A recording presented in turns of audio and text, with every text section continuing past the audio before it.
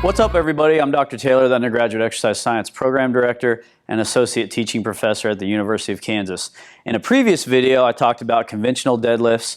So in this video, I'm going to discuss another deadlifting style known as the Sumo Deadlift. So results of a 1991 study by Kolowicki and colleagues demonstrated that the Sumo style of deadlifting reduced shearing forces on the lumbar spine at the L4, L5 level by about 8% when compared to conventional deadlifts.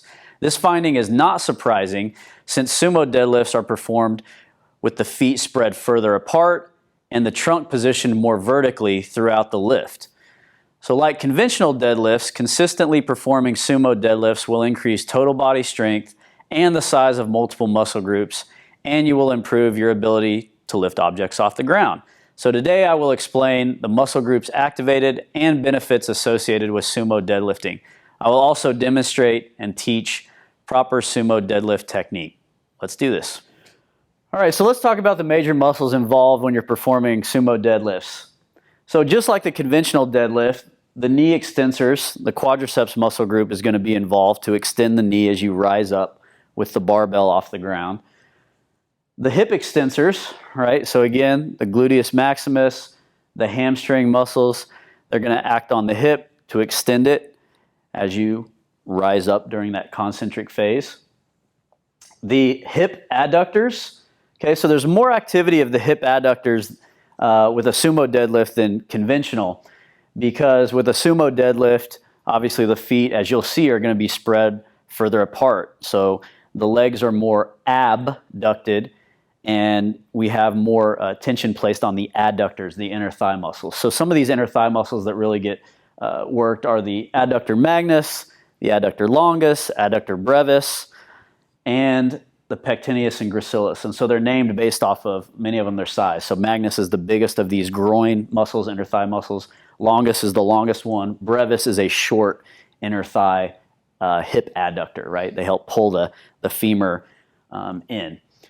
So the trunk extensors, these are also worked, but not to the same extent as with conventional deadlifts, because again, with a sumo deadlift, you're more upright, which you'll see.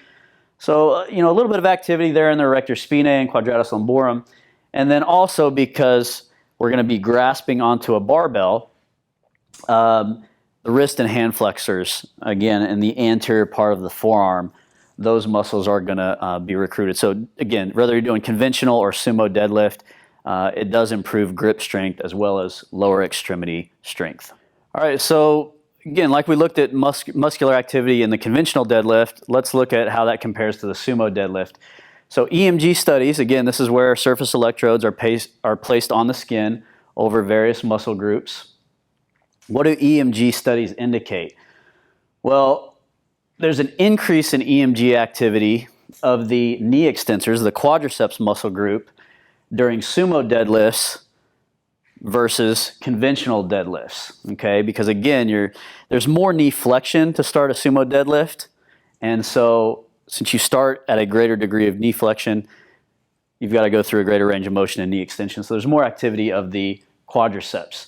Also, EMG studies show that EMG activity is less for the trunk extensors, for those low back muscles, right? The erector spinae, quadratus lumborum, when performing sumo deadlifts versus conventional deadlifts. And again, that's because the torso is going to be more upright when performing a sumo deadlift, so there's really less torque on the low back, less shearing force, and overall less muscle activity with those low back muscles.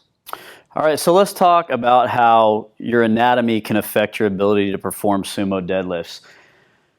So if you have short arms, I kind of have short arms, maybe average, but it's going to be easier to do a sumo deadlift than conventional, right? So this is opposite. Long arms are great for conventional. Short arms, you're probably more set up to do sumo.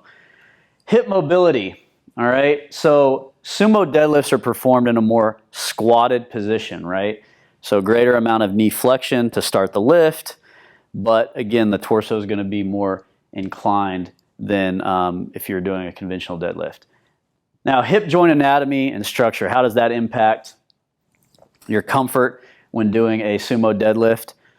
Well, first, let's talk about the angle of inclination of the femoral neck. So remember, coxa vara is when the head and neck of the femur are at a more kind of a horizontal, or there's a decrease in the angle between the femoral neck and the shaft of the femur. So it's running more horizontal into the hip socket.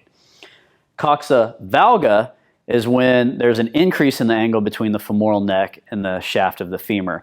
So the femoral neck and the ball, or the head of the femur, are more vertical, and that's how it inserts into the hip. So if you have coxa vara hip or femoral neck, sumo deadlifts are going to probably feel uncomfortable, okay?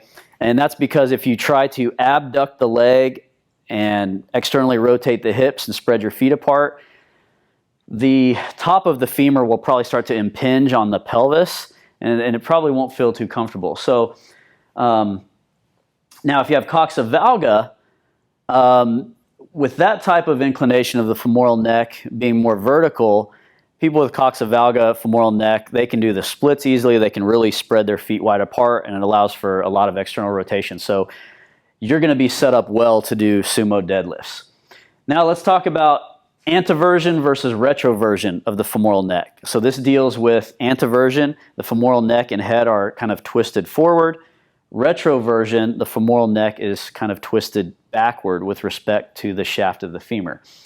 So anteversion, that's not good for sumo deadlifting. You have a limitation there with your ability to externally rotate and spread your feet apart and abduct your hip. With retroversion, though, if that femoral neck is kind of twisted backward posteriorly, you're going to have greater degree of external rotation available to you, and sumo deadlifting is going to feel pretty comfortable. Now, anteversion and retroversion of the acetabulum. So remember, the acetabulum is the hip socket. Okay, that's what the head of the femur fits into. So anteversion is when the hip socket is pitched forward.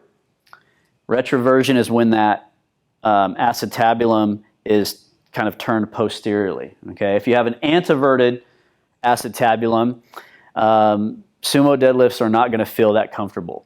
If you have a retroverted acetabulum, then that's going to allow for more external rotation, a greater ability to abduct the hip, and sumos will feel pretty comfortable if you have a retroverted hip socket.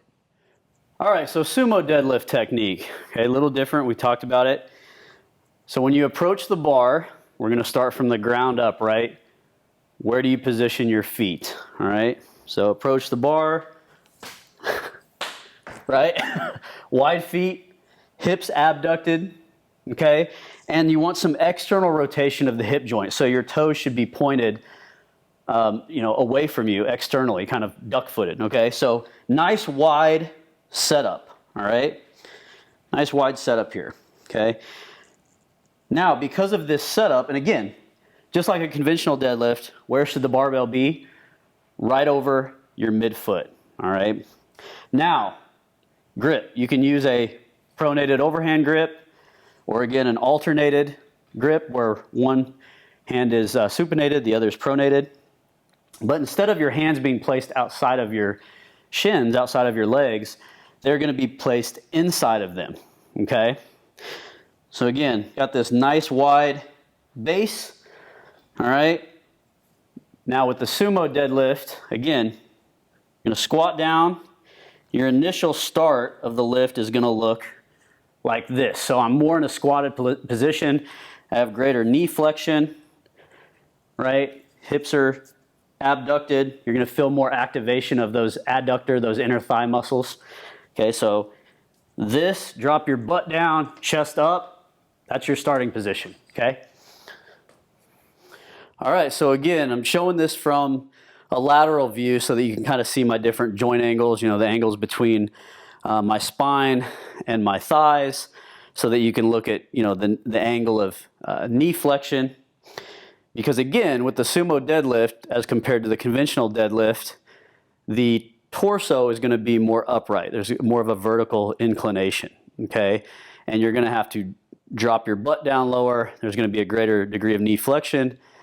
This allows for you to use those quadricep muscles, your knee extensors, more so than what would be activated in a conventional deadlift, okay? And this also places less stress on the lower back muscles. So naturally, if you feel like you have strong legs, good quadricep muscle strength, and shorter arms, sumo is probably the way to go for you, all right? If you have strong glutes, a strong low back, and long arms, conventional is probably the one you're gonna like. And then also remember, hip joint anatomy plays a role. So again, let's approach the barbell. We abduct, right? Spread our femurs, our hips apart. Externally rotate the hips, our toes are pointed away, all right? We get that barbell. When you look down, you want it to be about an inch away from your shin, and it should be over your midfoot, okay? Now, with this, we're not so much hip hinging as with the conventional deadlift, but we are gonna just drop our butt down, okay? Now again, tighten those low back muscles, the erector spinae, QLO. You want to keep that lumbar spine neutral, right? We don't want any low back injuries. So chest should be proud, right? So show off your chest and keep that chest upright, all right? All right, so we're starting here. I'm using an alternated grip, okay? Hands are inside of my legs, dropping my butt down, all right? Keeping that lumbar spine packed and tight. I'm gonna take a good deep breath in. That'll help stabilize my spine, right? Boom. Complete the lift. Really squeeze those glutes together at the top and posteriorly tilt your pelvis. Control the eccentric. Back up.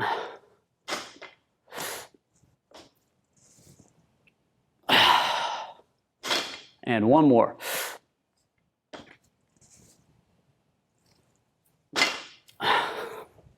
And that's the sumo deadlift. I hope this fitness facts video helped you understand the sumo deadlift. Thanks for watching.